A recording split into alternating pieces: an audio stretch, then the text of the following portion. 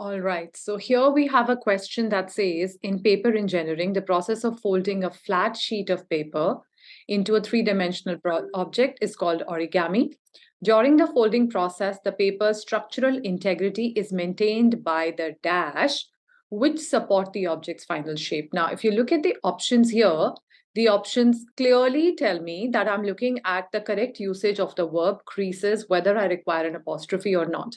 The biggest clue here is that I'm using which after the dash, and which is a pronoun, right? So when I'm using a pronoun, there is only one situation when that's correct. That is when it's referring to a noun, which clearly tells me that at this particular position, I should be using a noun.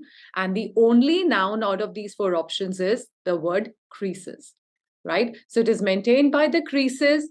Creases are the things that support the object's final shape, right? Verb is not correct. I do not need possessive form. We do not want to add any apostrophes because it's not the noun form. So the only option that's correct in this case is option D. All right, let's move to the next question.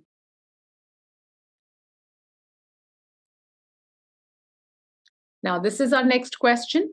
It says, during the 19th century, thousands of pioneers embarked on the trail in search of a better life. The journey was treacherous, with the travelers facing numerous challenges such as, and then you see there is a list of challenges that has been given here. So the first challenge is crossing rivers.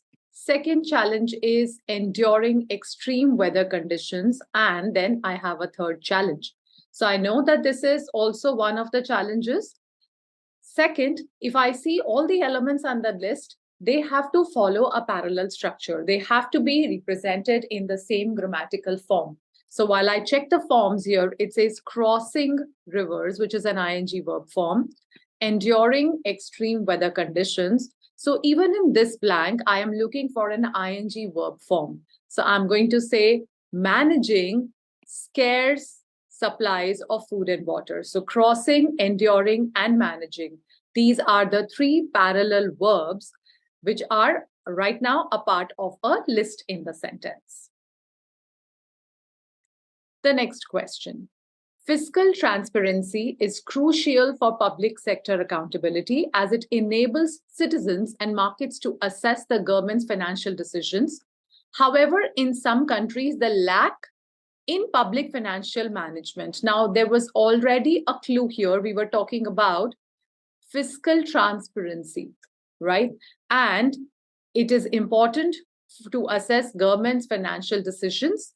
However, there are certain countries wherein there is a lack of this in public financial management, and that will lead to misallocations. Now, it's a fill-in-the-blank question wherein the sentence itself is giving you clues that we're talking about fiscal transparency. So if we do not have this transparency, if we do not have this clarity, if the citizens are not aware of the public financial management, that is where it can lead to misallocation of resources and corruptions, which is why the correct answer here is simply the word transparency. The lack of transparency will lead to misallocations. It's not uniformity, because we are not talking about public financial management being uniform. And if it's not uniform, there will be misallocation of resources.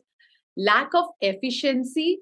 There is no keyword which tells us that the word that we're looking in for is efficiency, that there are certain government organizations which are efficient and some which are not.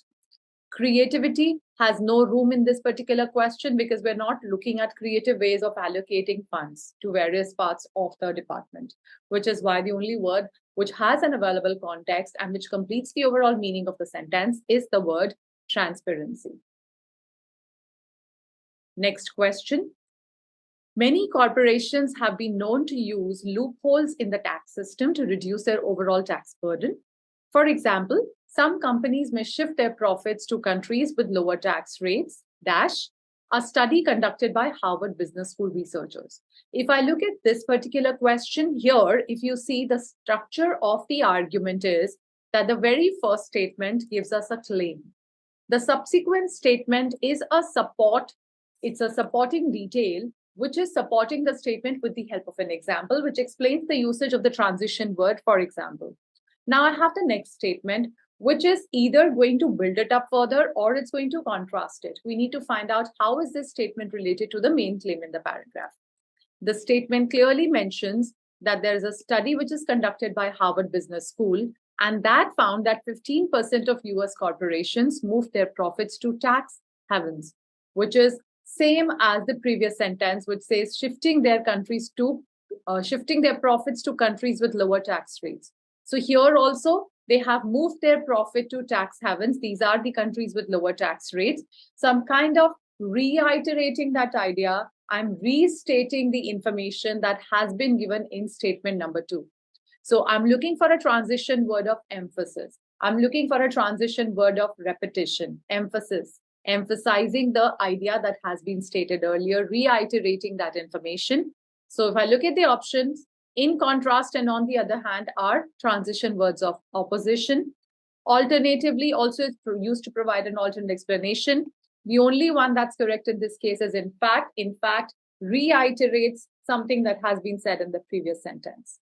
Thus, correct answer is in fact, or probably another synonym like indeed, in case that's available as an option. This question, if you look at the options, is a question of tense. You're required to pick up the correct verb form. So here it says in quality engineering, a process capability index is a statistical measure that evaluates how well a manufacturing process can produce output within specified tolerance limits. A process with a high capability index dash a lower defect rate, ensuring consistent product quality. So if I look at this particular sentence, I have to identify the correct form of verb. Looking at the verbs around it, here you see there is a verb used, which is, right? Which means the tense of this particular paragraph is present tense, which means here also I'm going to just continue using the same tense, which is the present tense, in continuity of the ideas that have been stated before. So a process with a high capability index has a lower defect rate, because is and has follow the same simple present tense. Having is not correct. To have is the infinitive form of verb, which is not giving me the correct tense. Had is past tense. So the only correct option here that makes sense is option A, which is has. These are the questions for this week. See you next week with the next set of questions. Thank you.